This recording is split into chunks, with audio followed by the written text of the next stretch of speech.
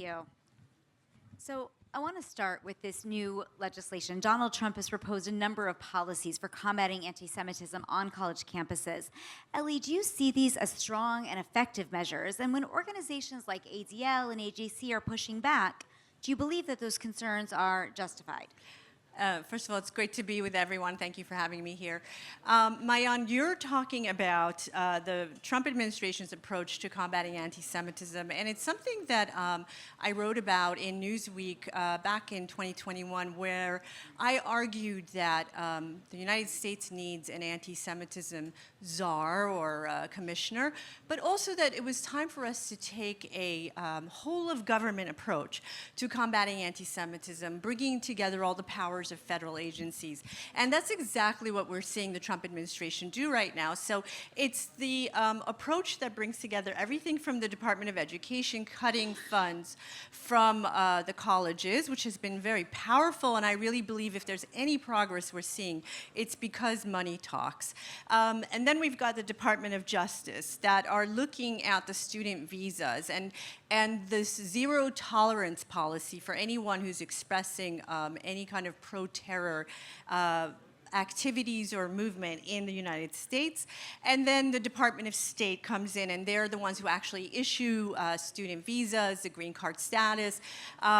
Believe it or not, Health and Human Services, HHS Undersecretary Bobby Kennedy is also involved in the federal grant making to the colleges and universities. So what we are seeing is the Trump administration taking incredibly powerful steps, everything that every American Jew should want to see happening, so that we can finally bring an end to this pro-Hamas movement, which has washed over our campuses and our city streets, unfortunately, in places like here in New York. And I'm just gonna say real quick, Maayan, we have seen some pushback against this from Jewish organizations, legacy organizations like the ADL and AJC, who seem concerned about issues like, if there's due process for some of the students that are here, again, on foreign visas. And, look, I was debating Bill Kristol at the AJC just a couple of weeks ago, and the notion that was shared with me was, well, what if this increases anti-Semitism? And all I can say is, where have you been the last 18 months? We're at the point where Jewish students are being physically assaulted, where swastikas are being painted on Jewish fraternity houses, where Jews are literally hiding their identities, and these organizations are worried that if the Trump administration takes steps to combat anti-Semitism, it might somehow cause more anti-Semitism. I mean, you know what? To quote the great president himself, some of these people need to have their heads checked. So, thank you. Yes. So I want to move over to you, Gabe, and be able to ask you this. More broadly, the Jewish organizations have been investing billions and billions of dollars over the last decades, really, in order to fight anti-Semitism, but we see that it is where it is today, which is spiking uncontrollably.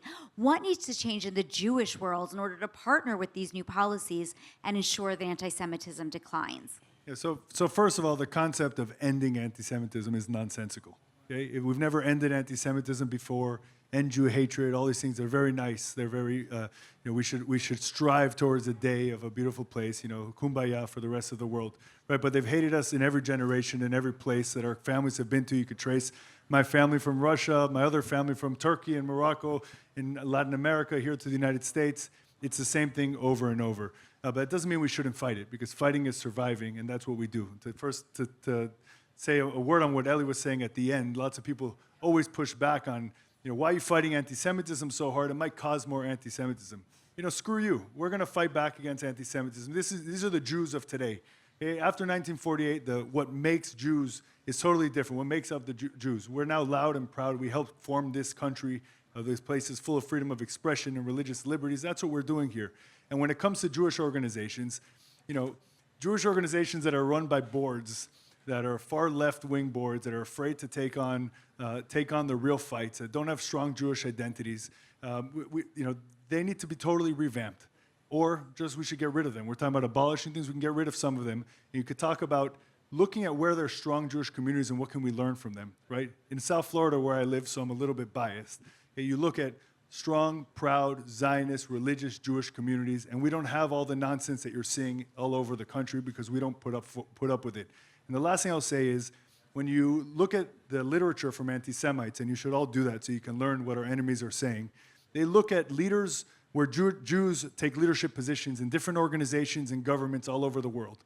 But then they make a really faulty assumption that's the basis for their anti-Semitism, which is that we all coordinate and then we take over the world. That's where they're wrong. We don't coordinate at all. But guess what? We should. And if we ever got our egos in check and all sat at a table together and could work together towards things, we won't end anti-Semitism, but we'll be at a much better place. Thank you for that.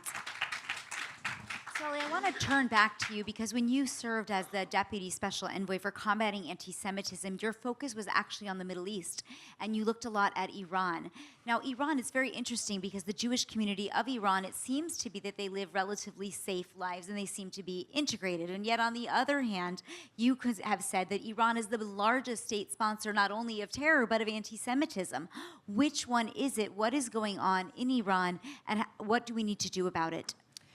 Well, so first of all, to look at the Trump policy in the first term on Middle East and anti-Semitism emanating from that region, the approach that we took was understanding that we actually had good partners in the region. And so when we first came into the administration, we could not have predicted, but by the end of the administration, we were signing and brokering, the president and his senior team, brokering the Abraham Accords peace deals. And I was very honored to be a part of that warm peace team.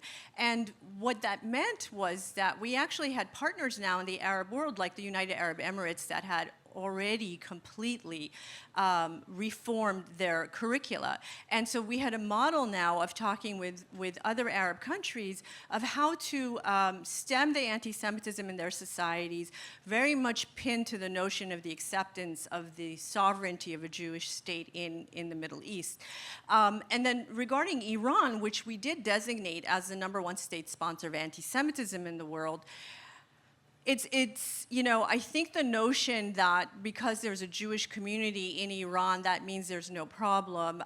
This is just a complete falsehood. I was born in Iran myself. We escaped in '79 because of the anti-Semitism of the regime.